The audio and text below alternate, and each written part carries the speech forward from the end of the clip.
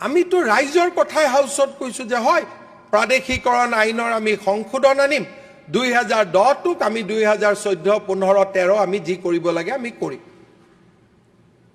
আমিতো ৰাইজৰ কথা এইখন বাজেটত যদি ৰাইজৰ কথা নাই ইয়াত কাৰ কথা আছে অধ্যক্ষ মহোদয় আমিতো ৰাইজৰ কথাই হাউচত কৈছো যে হয় প্ৰাদেশিকৰণ আইনৰ আমি সংশোধন আনিম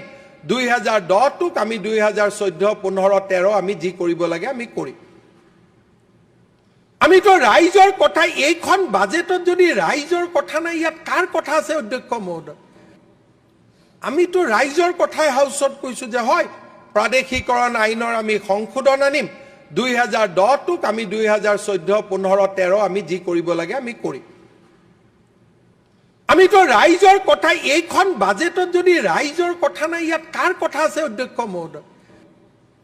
আমিতো ৰাইজৰ কথাই হাউচত কৈছো যে হয় প্ৰাদেশিকৰণ আইনৰ আমি সংশোধন আনিম 2010ক আমি 2014 15 13 আমি যি কৰিব লাগে আমি কৰিম আমিতো ৰাইজৰ কথা এইখন বাজেটত যদি ৰাইজৰ কথা নাই ইয়াত কাৰ কথা আছে অধ্যক্ষ মহোদয়